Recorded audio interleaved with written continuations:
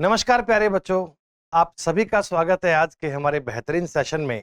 मैं सुमित गोयल आप सभी का हमारे एसएससी सीजीएल 2024 के पीवाईक्यूज की सीरीज में फिर से आपका स्वागत करता हूं। बच्चों, आप सब जानते हैं आपके लिए कंटिन्यू हम डेली सीजीएल के जो प्रीवियस ईयर एग्जाम हुए हैं 2024 के, उसमें एक एक शिफ्ट का डे वाइज अपन कंप्लीट सॉल्यूशन कर रहे हैं, कंप्लीट एनालिसिस कर रहे हैं। रीजनिंग का लेवल इन एग्जाम्स में कैसा रहा, किस टाइप के क्वेश्चंस आए, क्या एग्जाम का लेवल रहा और किस प्रकार की जानकारियां आगे बनने वाली हैं, उन सब का अपन डिटेल में एनालिसिस करते हैं। तो आज बच्चों उसी कड़ी में हम 24 सितंबर 2024 का जो एग्जाम हुआ था उसमें शिफ्ट नंबर 3 थर्ड शिफ्ट का कंप्लीट एनालिसिस करेंगे। और आप जानते हैं अगर आपका एग्जाम टारगेट आने वाले साल में सीजीएल या सीपीओ या सीएचएसएल है तो इन सभी क्वेश्चंस को करना आपके लिए आवश्यक है, मैंडेटरी है। तो प्यारे बच्चों, एक एक सवाल आप मेरे साथ सॉल्व कीजिएगा, एक एक क्वेश्चन को आप बड़ी ईमानदारी से खुद से ट्राई कीजिए और यकीन मानिए पेपर बड़ा आसान है। 25 आउट ऑफ 25 क्वेश्चन आपके सही होने चाहिए। कहीं भी डाउट आए तो देखिएगा बड़े आराम से, लेकिन उससे पहले एक एक सवाल को सॉल्व करना आपके लिए आवश्यक है। बच्चों, पहला सवाल दिया कोडिंग डिकोडिंग का, बोला गया कि ब्लीचर्स का कोड दिया गया 63, देन अबेकस का कोड दिया गया 42। इसी भाषा में फिजी का कोड क्या बनेगा? मन में एक प्रकार का सवाल, एक प्रकार का डाउट ये आ सकता है कि सर क्या अल्फाबेट की नंबरिंग का यूज किया गया होगा, लेकिन बेटा ऐसा लगता नहीं है क्योंकि अक्षर बहुत ज्यादा हैं और इनसे आपने 63 बनाया तो इतना इनका सम तो नहीं किया होगा। सम करने पे संख्या बहुत बड़ी बन रही है बेटा। उसी प्रकार आपने किया ABA CAS, इसका कोड 42। देखिए एक बात तो मैं समझ पा रहा हूं कि इन ऑप्शंस में 1 and 2 3 and 4 and 3 7 8 8 और 19 27 ही होता है। अगर मैं इनके अक्षरों का सम कर लूं, इनकी पोजीशन को जोड़ दूं तो सम आ रहा है 27, तो उससे तो 42 का कोई गुंजाइश लगती नहीं है।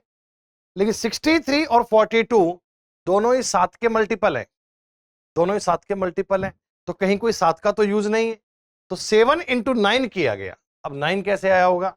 तो अगर मैं इसके लेटर्स काउंट करूं 1 2 3 4 5 6 7 8 9, यस देयर आर 9 लेटर्स और 9 को आपने 7 से मल्टीप्लाई कर दिया 63। 7 आपने एक रैंडम नंबर यूज कर लिया और सब में वो कॉन्सेप्ट आप फॉलो करेंगे। सर इसमें आपको टोटल लेटर दिए हुए हैं 6 का भी हमने 7 से मल्टीप्लाई किया 42।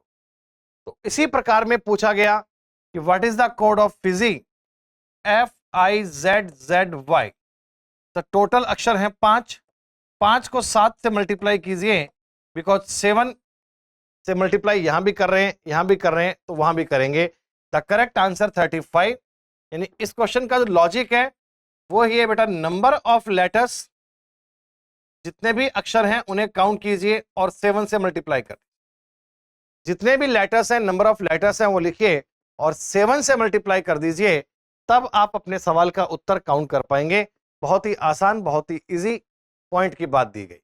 प्यारे बच्चों, सवालों में कहीं प्रकार का डाउट नहीं है, लेकिन थोड़ा बहुत टाइम आपको काउंट करने में लगेगा। बड़े कॉमन सेंस से, बड़ी ईमानदारी से ऐसे सवालों को करना है। इनमें सिली मिस्टेक से बचना है, कहीं आपसे काउंट करने में गलती ना हो जाए। दी गई आकृति में कितने स्क्वायर हैं? वर्ग। बेटा वर्ग गिनने और वर्ग कैसे गिनते हैं?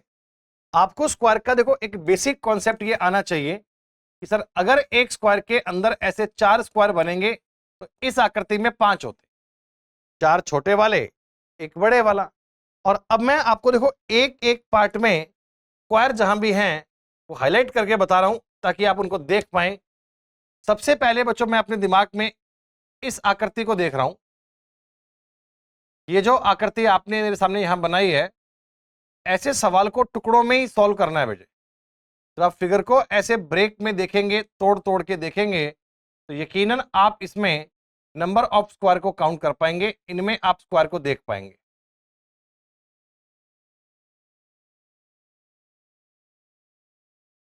ये लो, जितना सा एरिया आपके सामने हाईलाइट किया हुआ है, एक बार आपकी नजर, आपका ध्यान, आपका फोकस केवल उस साइड वाले एरिया पे होना चाहिए जिसको मैंने जो हाईलाइट किया है।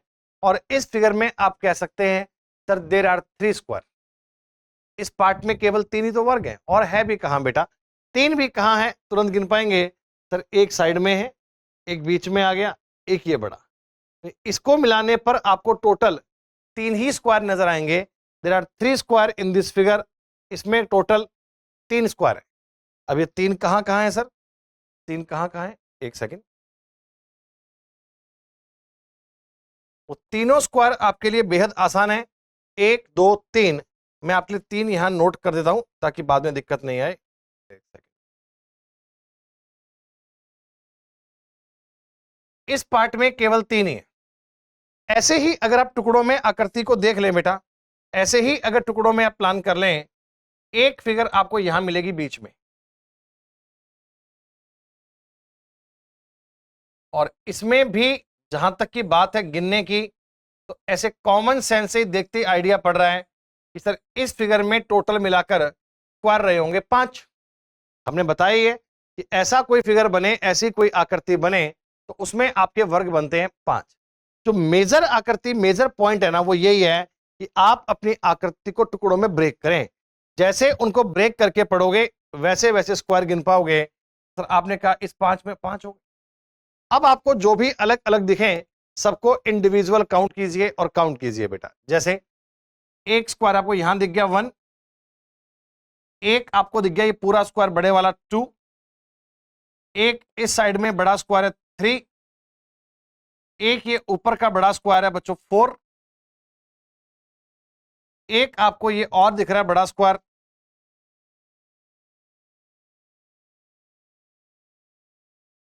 Full size. मतलब 5 तो अंदर थे ही, सर एक साइड में बन गया 1, एक आपने ये पूरा कर दिया 2, एक आपने ये पूरा कर दिया 3, एक आपने ये पूरा कर दिया 4, और एक आपका स्क्वायर बन गया पूरा बड़े वाला 5। इतने स्क्वायर। हर एक पार्ट को अलग अलग काउंट कर दिया तो कितने स्क्वायर मिले? 5 5 10 और 3 13। सर 13 स्क्वायर इस फिगर में होंगे। हमने प्रत्येक वर्ग को काउंट कर लिया, एक भी पॉइंट नहीं बचा, और वर्ग होने चाहिए 13।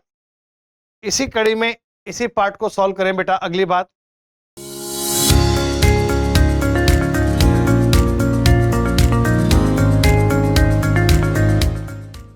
अब ये क्वेश्चन आ गया बेटा एनालॉगी, या हम इसे बोलते हैं सादृश्यता, या इसे बोलते हैं सिमिलरिटी, समानता। जो रिलेशन बॉटनी का प्लांट से है, जो रिलेशन बॉटनी का प्लांट से है, वही रिलेशन कॉन्कोलॉजी का किससे है? अब ये बॉटनी क्या होती है? Botany is a study of plants. Botany is a study of plants. अगर आप प्लांट्स के बारे में अध्ययन करते हैं, प्लांट्स की जो पढ़ाई करते हैं, प्लांट्स की स्टडी करते हैं, दैट इज कॉल्ड बॉटनी। उसी प्रकार बेटा कॉन्कोलॉजी, ये स्टडी किसकी होती है? तो ये स्टडी होती है बेटा शेल्स की। शेल यानी जिसे हम शंख बोलते हैं, शेल, शंख, इसकी जो स्टडी है दैट इज कॉल्ड कॉन्कोलॉजी। बाकी सॉइल की आप जानते हैं, it's a pedology. Fossils, fossils क्या होता है बेटा? आई थिंक प्लेट्रोलॉजी शायद ऐसा वर्ड होता है इसके लिए, जो फॉसिल्स के लिए आता है। और नेम्स, नेम्स के लिए आता है ओनोमेस्टिक्स। ये सारे अलग अलग स्टडीज हैं, अलग अलग नाम हैं, लेकिन कॉन्कोलॉजी का रिलेशन किससे होगा? शेल से। जो इस बात की स्टडी है, जो इस बात का नाम है, वो दिया गया। तो ये एक प्रकार से आप मान सकते हो इंग्लिश के वन वर्ड में पढ़े होंगे आपने। Study about heart cardiology, study about man, study about names, study about bird, study about eyes, study about, सबके अलग अलग नाम होते हैं। तो वो जो स्टडीज के नाम हैं उन पर बेस पर सवाल दिया गया। आप जब एनालॉजी का फाउंडेशन पढ़ते हैं तो ये बातें पढ़ी जाती हैं कि किस किस स्टडी को क्या क्या नाम दिया जाता है। इस पर बहुत बार सवाल पूछा गया, इनका अच्छे से अध्ययन आपको करना चाहिए। अगली बात, पेपर फोल्डिंग एंड कटिंग। बच्चों कागज मोड़ना एवं काटना, एक विशेष तरीके में कागज को फोल्ड किया गया और कट किया गया। कहा गया ओपन करने पर कैसा बनेगा? आप ये बात जानते हैं, आपको बात याद रहनी चाहिए। जब जब एक कागज को ऊपर नीचे फोल्ड करेंगे तो वाटर इमेज बनेगी। जब जब एक कागज को लेफ्ट राइट में फोल्ड करेंगे तो मिरर इमेज। सर वाटर और मिरर इमेज को मिला दिया जाए तो पेपर फोल्डिंग एंड कटिंग बन जाता है। याद रखिए, कागज को ऊपर नीचे फोल्ड करना यही वाटर इमेज का मामला है, कागज को लेफ्ट राइट में फोल्ड करना यही मिरर इमेज का मामला है, और इनमें कोई नया कॉन्सेप्ट नहीं होता। तो जैसे जैसे आपने कागज को फोल्ड किया है बेटा, वैसे वैसे कागज को ओपन करना है। सुनिएगा, राइट साइड में फोल्ड किया था, जब मैं राइट में ओपन करूंगा तो लेफ्ट और राइट में बनती है बच्चों मिरर इमेज। जब मिरर इमेज का मतलब लेफ्ट और राइट चेंज होंगे, टॉप एंड बॉटम में कोई चेंज नहीं। इस आकृति की मिरर इमेज ऐसी बनेगी, लेफ्ट और right change, top and bottom same. Sir पहला ऑप्शन ही गलत हो गया, मिरर इमेज में लेफ्ट राइट चेंज हो ही नहीं सकते। सर ये भी ऑप्शन गलत हो गया, ये भी ऑप्शन गलत हो गया। लेफ्ट राइट को चेंज करना था, ऐसा तो केवल मेरे पास एक ही ऑप्शन है, ये वाला। और जब मैं इस फिगर को ऊपर खोल दूंगा तो ऊपर बनेगी वाटर इमेज है बच्चों। इस फिगर की वाटर इमेज यही है, लेफ्ट राइट सेम है, टॉप एंड बॉटम चेंज है। तो मिरर इमेज और वाटर इमेज को साथ में पढ़िए, दोनों चीजें एक ही सवाल में यूज कर दीजिए, ऑप्शन से एलिमिनेशन कीजिए, आपको पेन उठा के सवाल सॉल्व करने की नीड नहीं है। कागज जब भी लेफ्ट राइट में फोल्ड होगा मिरर, कागज जब भी ऊपर नीचे फोल्ड होगा वाटर। इन दोनों बातों पे ध्यान रखिए। नंबर 5, नंबर 5 का आंसर क्या बनेगा, जल्दी से बताओ बेटा। Number 5 is a question of letter series. और लेटर सीरीज में बच्चों आप जानते हो कि फर्स्ट लेटर की सीरीज अलग बनेगी, सेकंड की अलग बनेगी, थर्ड की अलग बनेगी। तीनों सीरीज को अलग अलग ट्रीट करना, और अल्फाबेट की नंबरिंग तो याद रहनी चाहिए। अंग्रेजी वर्णमाला में कौन सा अक्षर कितने पे आता है, ये बात आपको याद रहनी चाहिए। जैसे कि मैं फर्स्ट लेटर देखूं बेटा, जे आता है 10 पे, एम आता है 13 पे, पी आता है 16 पे, एस आता है 19 पे। तो 3 3 ऐड करेंगे, 19 और 3 22 का मतलब वी। पहले अक्षर की सीक्वेंस में 3 3 ऐड किया गया तो 10 और 3 13, 3 16, 3 19 और 3 22। सर सेकंड लेटर को देखोगे तो वहां भी आपको 3 3 ऐड दिख रहा है, जैसे 1 और 3 4, 4 और 3 7, 7 और 3 10, 10 और 3 13। यहां भी 3 ऐड किया। आगे भी अगर मैं देखूं बेटा 3 3 ऐड दिख रहा है, एल आता है 12 पे, ओ आता है 15 पे, आर 18 पे, यू 21 पे और एक्स 24। यानी कि 12 और 3 15, 3 18, 3 21 और 3 24 है। तो वी एम एक्स ऑप्शन नंबर सी। लॉजिक क्या है सर, 3 अलग अलग सीरीज हैं, सब में 3 3 ऐड कर रहा है। अल्फाबेट की नंबरिंग को लिख के सॉल्व मत करना, कंप्यूटर स्क्रीन पे सवाल होगा, वहीं पे सामने लाइव देख के सॉल्व कर दीजिए, और कुछ करने की आवश्यकता नहीं मिलेगी। नंबर 6, एनालॉगी, इसका इससे रिलेशन, इसका इससे रिलेशन। बहुत ही आसान, कोई आपने डिफिकल्ट क्वेश्चन तो दिया ही नहीं।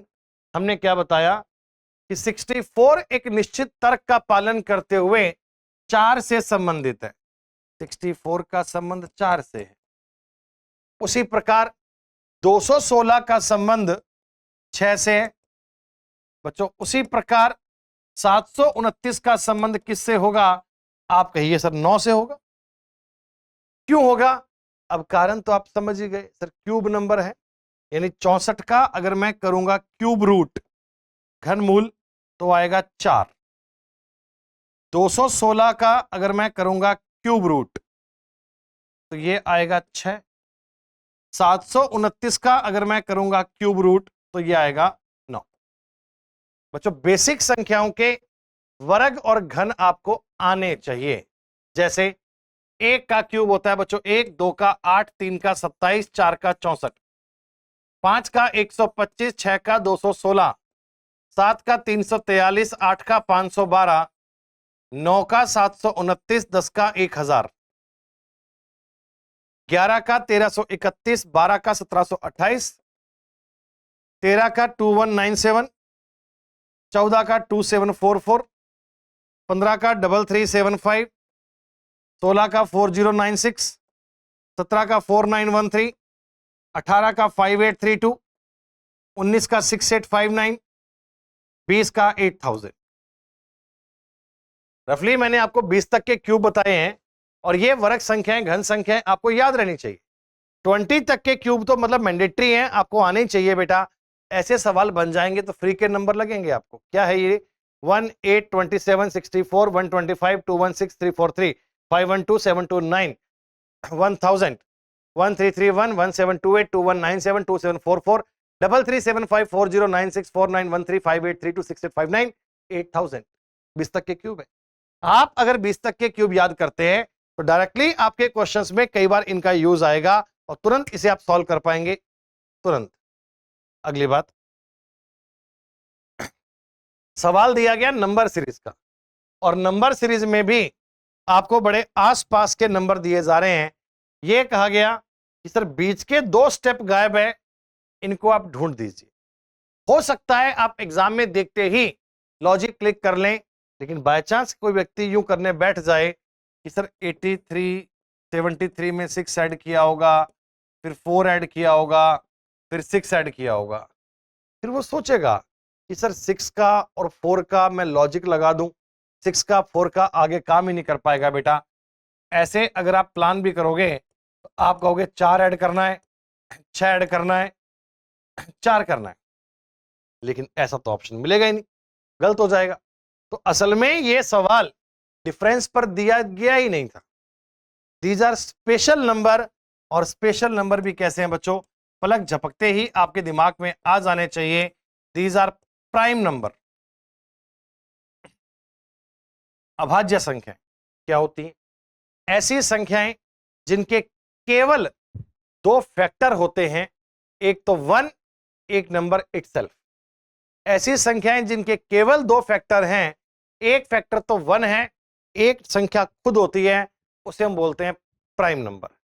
बेटा ये 61 भी प्राइम है, 73 भी प्राइम है, 79 भी प्राइम है, 83 भी प्राइम है, 89 भी प्राइम है। तो 61 के बाद में अगला प्राइम आता है 67, इसके बाद में अगला प्राइम आता है 71। 67 71 दोनों ऑप्शन है। हमने पहले बताया बच्चों आपको 100 तक के प्राइम नंबर याद करना, 100 तक की अभाज्य संख्याएं आनी चाहिए। 100 तक की अभाज्य संख्याएं क्या होती हैं बेटा? 2 3 5 7 11 13 17 19 23 29 31 37 41 43 47 53 59 61 67 71 73 79 83 89 97। 1 से लेकर 100 तक के बीच में प्राइम नंबर होते हैं बच्चों 25। कौन कौन से हैं? सामने लिख कर दिए। अगर ये आपको याद हैं तो तुरंत आप लॉजिक जजमेंट कर पाओगे कि 73 79 83 89 प्राइम है सर, 61 भी प्राइम है। तो बाद में क्या आना चाहिए? एक आएगा 67, एक आएगा 71। That will be right answer, that will be correct answer.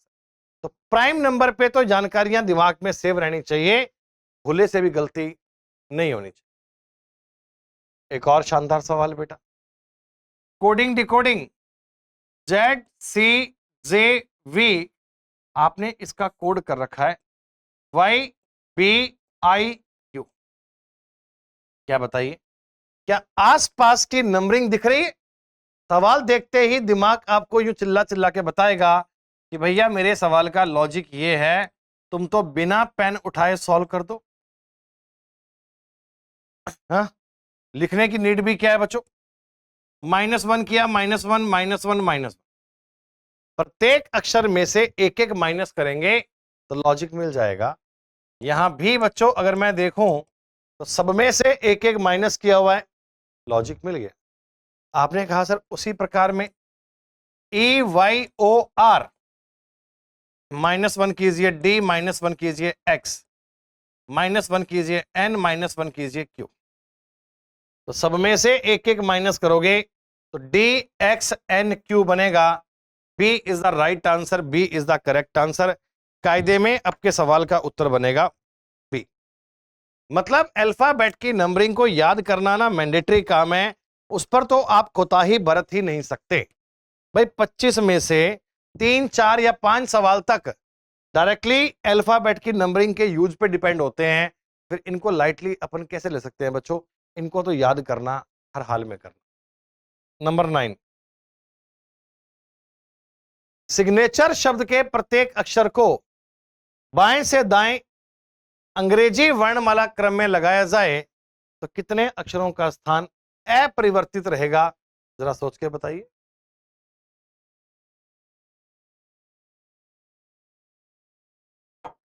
Signature एक वर्ड दिया गया, SIGNATURE।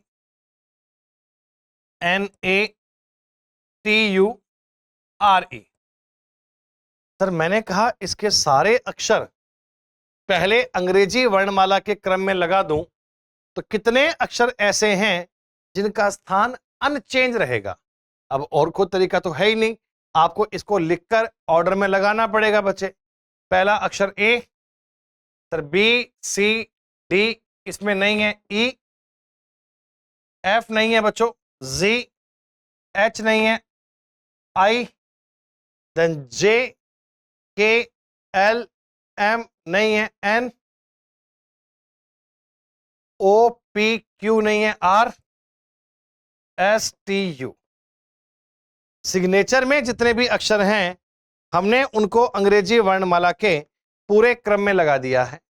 क्या कोई अपनी सेम पोजीशन पे है? सर जी, तो जी दिख रहा है आपको, वो एकदम सेम पे मिल रहा है।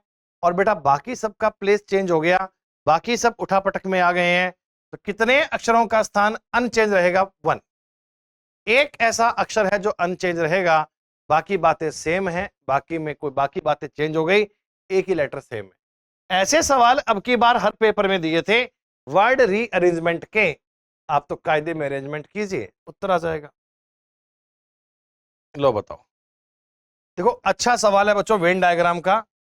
वैसे आपको पता है वेन डायग्राम के सवाल पेपर में आजकल कम ही आते हैं, लेकिन एग्जाम में आया है तो हमें करना चाहिए। क्या है ये? दिए गए आरेख का ध्यानपूर्वक अध्ययन करें और निम्नलिखित प्रश्न का उत्तर दें।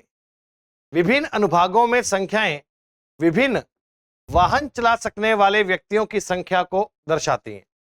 प्यारे बच्चों देखो, ये एक वेन डायग्राम दिया, आप देख पा रहे होंगे। ये डायग्राम साइकिल, ये कार और ये बाइक। यहां लिखा है 45, 8, 75, 6, 7, 12, 52। अलग अलग पार्ट में अलग अलग नंबर दिए गए। अब सवाल यह है उन व्यक्तियों की संख्या के बीच का अंतर क्या है जो तीनों वाहन चला सकते हैं? बेटा ऑल 3 व्हीकल, तीनों वाहन चला सकते हैं, वो लोग हैं 6। जो एरिया इन तीनों में कॉमन आ रहा है, जो एरिया इन तीनों में कॉमन आ रहा है वो आ रहा है बच्चा 6।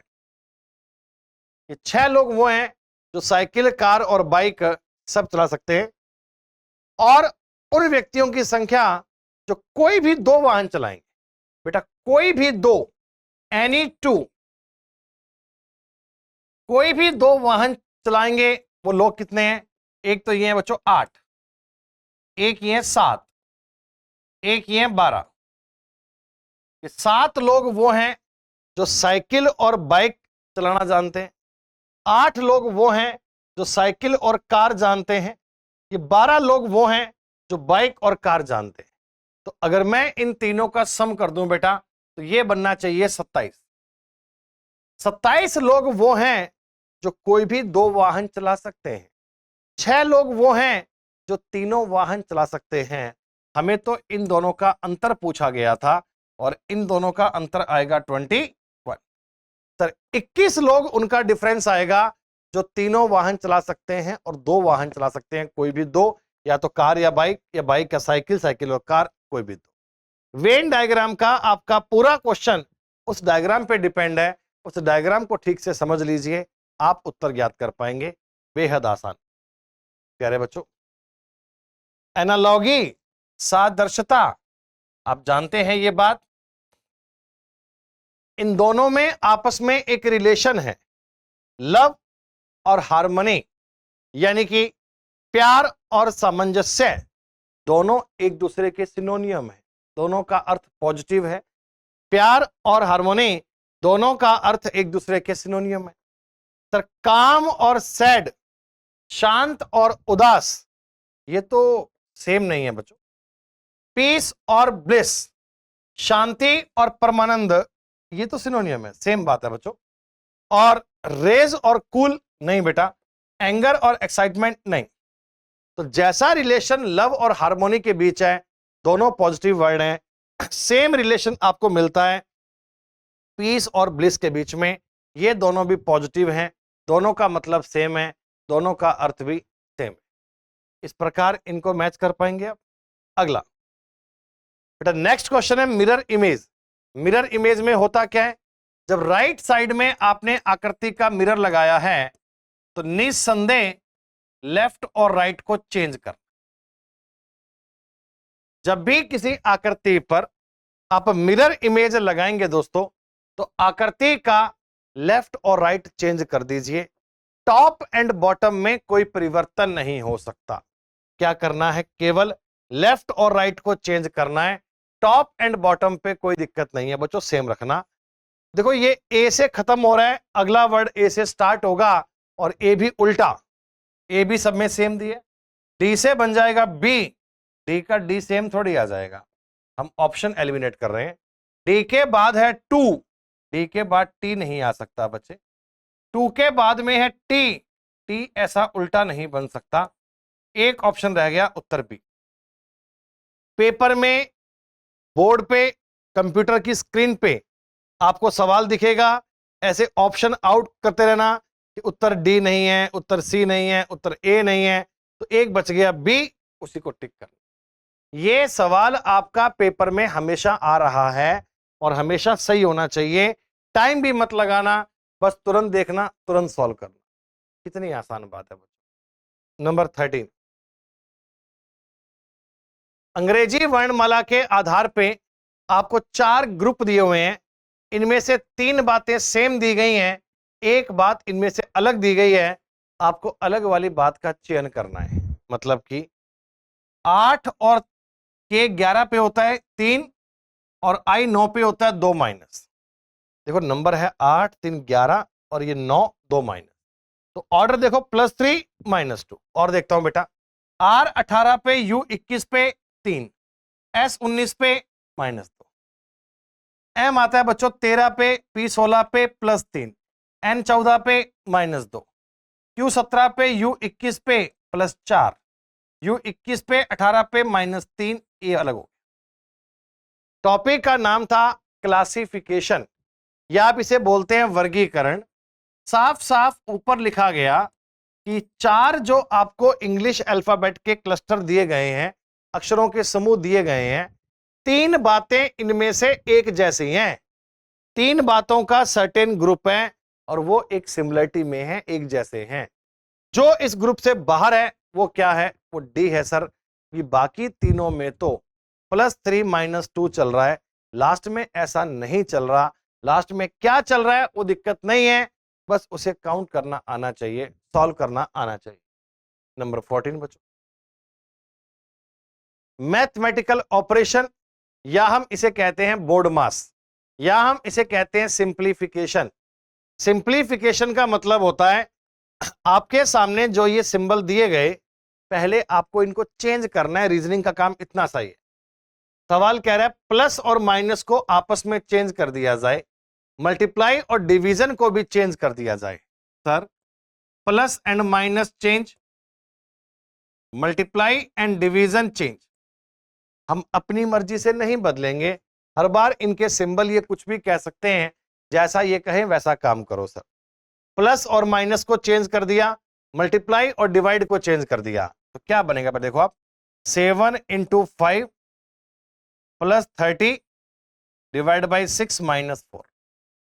अभी तक तो कोई काम हमने किया ही नहीं। आपने कहा सर माइनस के स्थान पे प्लस कर दीजिए, प्लस के स्थान पे माइनस, मल्टीप्लाई पे डिवाइड, डिवाइड पे मल्टीप्लाई। और अब तो ये अंडरस्टूड हो ही गया बच्चों कि सर बोर्डमास का नियम तो काम करेगा ही करेगा, दुनिया की कोई ताकत रोक नहीं सकती। बोर्डमास का नियम तो इस पर काम करेगा ही करेगा। क्या है बोर्डमास का नियम, पहले करोगे डिवीजन, मल्टीप्लाई, ऐड और सब्ट्रैक्ट। बच्चों ये प्लस में है तो 7 गुणा 5 35, 30 में 6 का भाग दोगे 5 और माइनस का 4, तो 40 में से अगर 4 घटाओगे तो आएगा 36। 36 इज द राइट आंसर। ऐसा कैलकुलेशन भी बहुत बड़ी बड़ी नहीं आती, नंबर भी बहुत बड़े बड़े नहीं आते, बस यूं आसपास की चीजें होंगी, उनको सॉल्व कर दीजिए, उत्तर तैयार। इससे आसान काम भी क्या है बच्चों? इसे बताओ, ये एक अच्छा सवाल है। इसको अपन बोलते हैं लेटर सीरीज। लेटर सीरीज का मतलब क्या होता है कि जो अक्षरों के ग्रुप दिए हैं, इनके बीच में कुछ ब्लैंक्स हैं, उन ब्लैंक को फिलअप क्या करेंगे? बेटा कोई ना कोई पैटर्न तो होगा, बिना पैटर्न के सवाल कैसे बनेगा?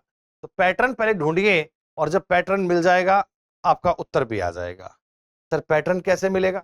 बड़ा सिंपल है, आप तो पहले इन सबको काउंट करो, और काउंट करते समय अल्फाबेट की नंबरिंग देखेंगे। आप पहले नोट कर लीजिए, काउंट कीजिए, 1 2 3 4 5 6 7 8 9 10 11 12 13 14 15 16, और जैसे ही तुम्हें 16 मिले, तुम्हारा दिमाग तुरंत कहे आपसे कि सर 4 गुणा 4 के 4 फैक्टर है, 4 4 के 4 फैक्टर हैं, ये चारों, ये चारों, ये चारों और ये।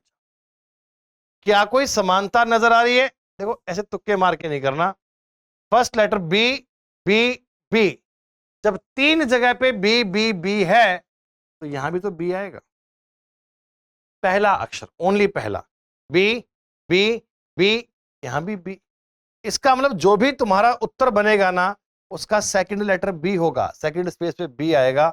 ये उत्तर नहीं है, ये उत्तर नहीं। लेकिन सर अभी तो ऑप्शन नहीं है, अभी तो हम सॉल्व करते हैं पूरा। एक बार सुनिए, सेकंड लेटर की अगर मैं सीक्वेंस देखूं तो कोई ना कोई गेम बन रहा है। हाँ सर, देखिए सेकंड लेटर इसमें पता नहीं है, यहां है जी, यहां है के, जी और के ऐसे ही नहीं आगे होंगे। सर जी आता है 7 पे, के आता है 11 पे, 7 और 4 11, 4 ऐड किया तो हो सकता है आप इसमें 4 4 ऐड करके बनाओ। तो अगर मैं इसमें से 4 कम कर दूंगा सी, फिर 4 ऐड करूंगा O, third letter D, D, D, और लास्ट में ई, जी, आई, के, 2 प्लस। देखिए मैं ऐसा कहूंगा, फर्स्ट लेटर में 0 चेंज है, सेकंड लेटर में +4 का चेंज है, थर्ड लेटर को कांस्टेंट रखा है आपने, और लास्ट वाले में +2 का चेंज। 4 अक्षर हैं, चारों पे पैटर्न चल रहा है बच्चों। पहला और तीसरा तो सेम है, B D, B D, B D, B D. Second वाले में 4 4 प्लस है, 3 और 4 7, 4 11, 4 15। लास्ट वाले में 2 2 प्लस है, 5 2 7, 2 9, 2 11। हो गया। तो हमने ब्लैंक में क्या भरा sir? C B D O, C B D O मतलब बी। बी आपके सवाल का उत्तर बनना चाहिए। सवाल बहुत इजी है, पहले काउंट करना जरूरी, फैक्टर में डिवाइड करना आवश्यक है। प्यारे बच्चों, रीजनिंग के 25 में से 25 क्वेश्चन ठीक होने चाहिए। एक भी सवाल पे गलती हुई तो नेगेटिव मार्किंग और जाएगी, 2.5 नंबर का नुकसान हो जाएगा। तो बचिए, प्री और मेंस दोनों में रीजनिंग आपका हाईएस्ट स्कोरिंग सब्जेक्ट होगा, फुल बटा फुल नंबर देने में यही काम करेगा बच्चे। और इसके लिए जरूरी क्या है? अभ्यास। 2024 के हर पेपर में सिलॉक्स मिलेगा बच्चों, और सिलोलिज्म के क्वेश्चन में इस बार तो इन्होंने पॉसिबिलिटी का सवाल भी दिया है, कैन बी। और जब भी पॉसिबिलिटी हो, कुछ और बातें हो, तो मैंने हमेशा आपको बताया बच्चों कि वेन डायग्राम से अच्छा कुछ नहीं है सिलोलिज्म पढ़ना है। आप तो ये स्टेटमेंट पढ़िए और उनके डायग्राम बना दीजिए। जैसे ही स्टेटमेंट का डायग्राम बनाओगे आपको बात समझ में आ जाएगी। ऑल ग्रेन आर सीरियल्स बच्चों, all grain are cereal, suppose that these are grain, these are some cereals are fruits, some cereals are fruits, no fruit is a vegetable, so no fruit is a vegetable। ध्यान दीजिए, all grain are cereal, some cereal are fruit, no fruit is a vegetable. ये जानकारी आपको दी गई, जितना हमें दिया हमने उसका डायग्राम बना दिया। हमें कुछ पता नहीं है, हमने तो बात पढ़ी और डायग्राम बना दिया।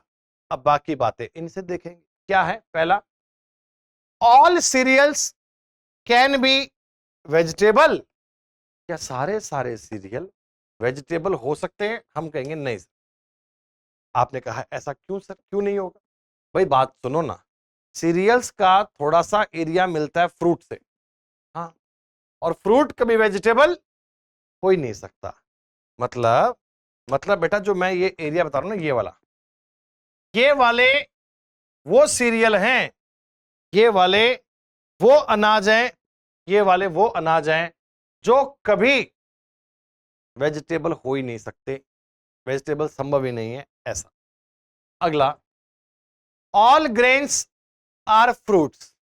सारे सारे ग्रेन फ्रूट थोड़ी हैं बेटा, होने को हो सकते हैं पर हैं तो नहीं। जब नहीं तो इसका मतलब ना तो कंक्लूजन एक फॉलो करता है, ना ही कंक्लूजन दो फॉलो करता है। जब दोनों ही फॉलो नहीं करते तो उत्तर देंगे B, neither conclusion one nor two. ना तो एक फॉलो करता है ना ही दो, इसका मतलब दोनों ही गलत है। आसान। लो बताओ, 7 एक निश्चित तर्क से 40 से संबंधित है। बेटा 7 और 40 में कोई रिलेशन है? कोई संबंध। उसी तर्क में, सेम बात में, 5 इज रिलेटेड टू 16, और उसी प्रकार में नहीं। आपका काम यह है 7 से 40 बनाइए। आपको देखना यह है क्या 7 से 40 बन सकता है किसी कायदे में? जैसे भी बनता हो वैसे ही 5 से बनाओ 16, वैसे ही 9 से क्या बने? मन में ख्याल आएगा सर गुणा 5 कर लें, फिर वहां काम नहीं कर रहा। गुणा 6 कर दें तो वो काम नहीं करेगा। वो स्क्वायर पे देखें तो 7 का स्क्वायर 49 माइनस 9 करें 40, 5 का स्क्वायर करें 25 माइनस 9 करें तो 16। बन गई बात। तो मतलब ऐसा कि 7 का अगर आप स्क्वायर करेंगे और माइनस करेंगे 9, 40 बन जाएगा। 7 का स्क्वायर 49 माइनस 9 किया 40। सर 5 का स्क्वायर करेंगे 25 माइनस 9 करेंगे 16। ऐसे ही अगर 9 का स्क्वायर करेंगे 81, 81 में से अगर 9 घटाएंगे तो आएगा 72। तर्क क्या है, लॉजिक क्या है बच्चों? बात समझिए, जो भी नंबर दिया गया उसका स्क्वायर करना है और माइनस करना है 9। अगली बार भी स्क्वायर करना है -9, अगली बार भी सेम काम करना है। तर्क बहुत ही आसान, नंबर का स्क्वायर करना बहुत इंपॉर्टेंट टास्क है। मैं बार बार कह रहा हूं, square number, cube number, prime number, इनको तो याद रखना, इन पे तो काम करना बच्चों। लो बताओ, एक और आपके सामने क्वेश्चन दिया गया, उसी प्रकार का सवाल है सिंप्लीफिकेशन का। बोर्ड मास का नियम तो काम करेगा ही करेगा। सवाल यह था कि भैया प्लस और माइनस को आपस में इंटरचेंज कर दीजिए, मल्टीप्लाई और डिवीजन को भी इंटरचेंज कर दीजिए, तो कैसा रिजल्ट बनना चाहिए? सर पहले साइन चेंज कीजिए ना। 1604 भाग 4 माइनस 87 प्लस 16 गुना 16। अगर मैं चेंज करूं तो ये बनेगा 401 माइनस 87 और प्लस 16 का स्क्वायर 256। इन दोनों का सम कितना हो गया बेटा? 657 minus 87, 075। 570 is the correct answer. Option दिए 570, 670, 770, 870 कि आप कैलकुलेशन थोड़ी गलती करो और नंबर काट दें आपके। नहीं, माइनस प्लस में गलती मत करना, चीजें बहुत ठीक से बनाइएगा, तुरंत बातों को सॉल्व कर पाएंगे। 570 is the right answer, 570 is the correct answer.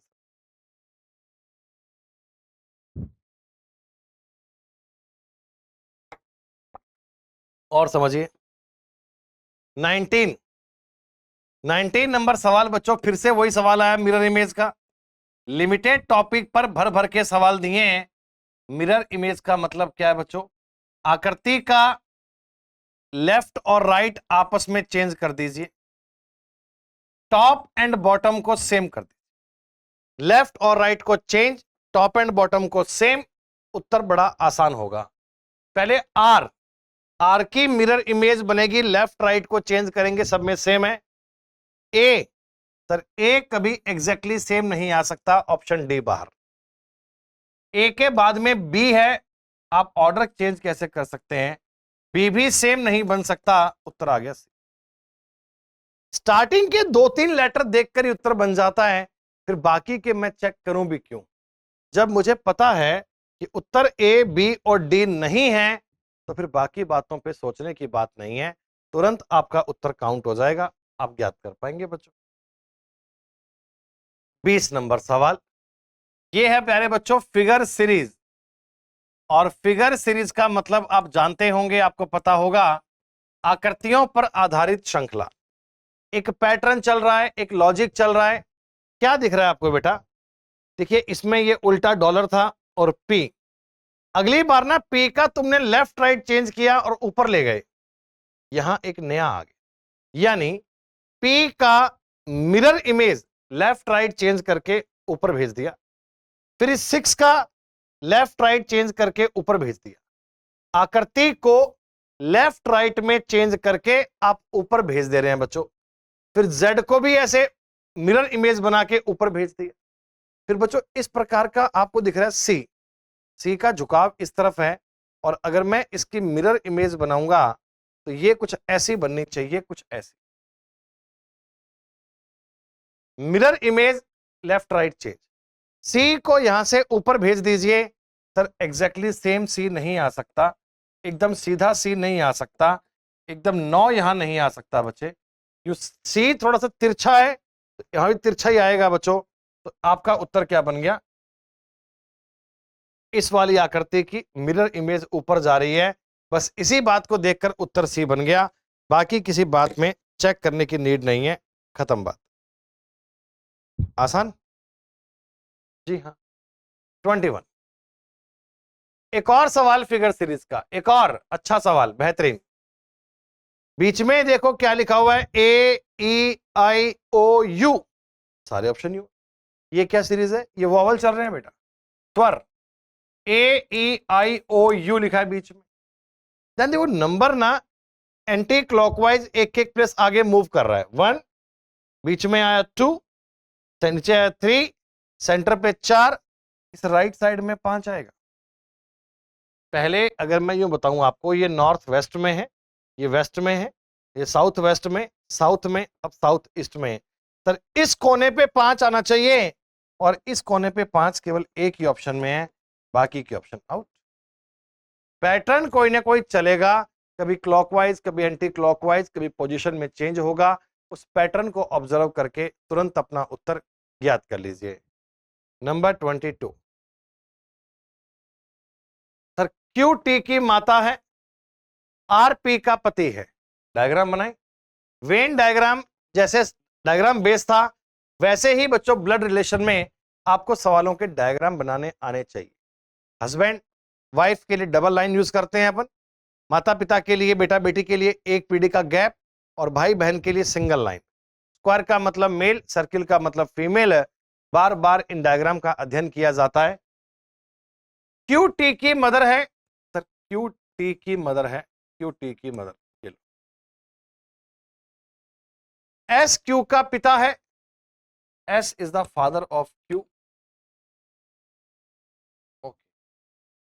T P का भाई है, T is the brother of, R P का पति है, पी के जो पति हैं उनके नाम है, उसका नाम है आर पी के पति।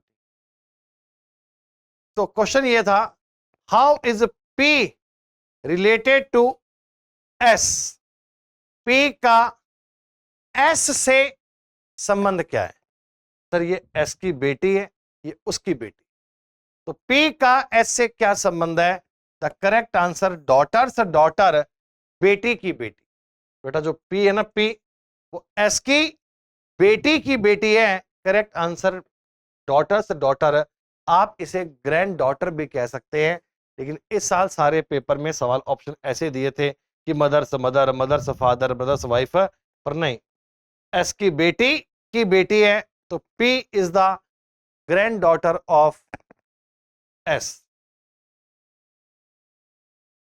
डाइस, डाइस का सवाल नहीं है तो कैसे काम चलेगा? हाँ, डाइस में होता क्या है, ये जो दो पोजीशन आपको दी गई, कहा गया कि इनमें 5 के सामने क्या होगा।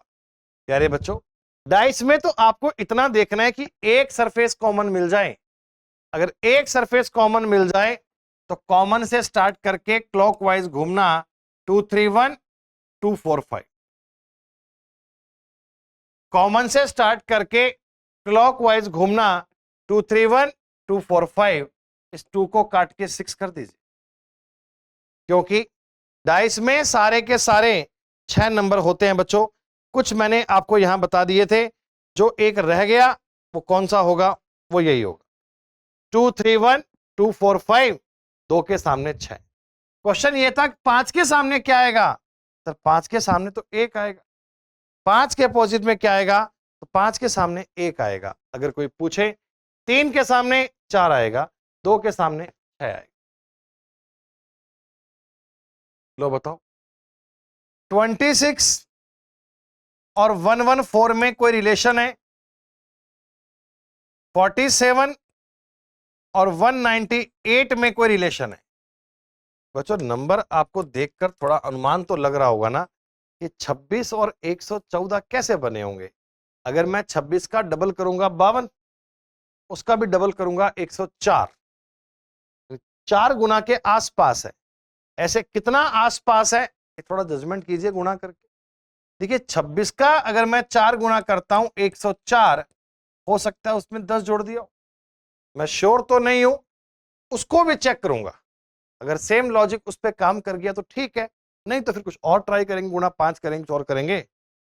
47 गुणा 4 किया बच्चों, तो ये होता है 188, और 188 में अगर 10 जोड़ेंगे तो आएगा 190, यानी मल्टीप्लाई बाई 4 कीजिए और प्लस कर दीजिए 10, बात सेम है। अब ऐसे ही मैं सारे ऑप्शन मैच करता हूं, जहां पे इंटू 4 प्लस 10 दिख गया वही आंसर है। यहां तो है बेटा 25 इंटू 4 करेंगे 100, उसमें 5 ही ऐड कर रखा है। 22 इंटू 4 कर रखा है बच्चों, ये भी आंसर नहीं है। 18 इंटू 4 72, ये भी आंसर नहीं है। 15 और 70, ये आंसर। 15 और 70 अगर मैं इसका लॉजिक देखूं तो सेम ड्राइव कर सकता हूं कि 15 इंटू 4 प्लस 10, जानकारी वही है, पॉइंट वही है, ऐसे इन्हें आप काउंट कर सकते हैं। एक एक सवाल का कॉन्सेप्ट ऐसे लगाना है बच्चों, और ये इस पेपर का आखिरी सवाल। आखिरी तो है ये, लेकिन बहुत ही शानदार है, बहुत जबरदस्त है। सवाल है, इनमें से 3 संख्याएं, 3 नंबर एक जैसे हैं, एक उनमें से अलग है, उस अलग का चयन करना है। What will be different out of this? Number काफी बड़े बड़े हैं, देखो ना तो कोई स्क्वायर नंबर है, ना कोई क्यूब नंबर है, ना ही कोई इनका सम ऑफ डिजिट सेम आ रहा है, 19 11, नहीं बेटा।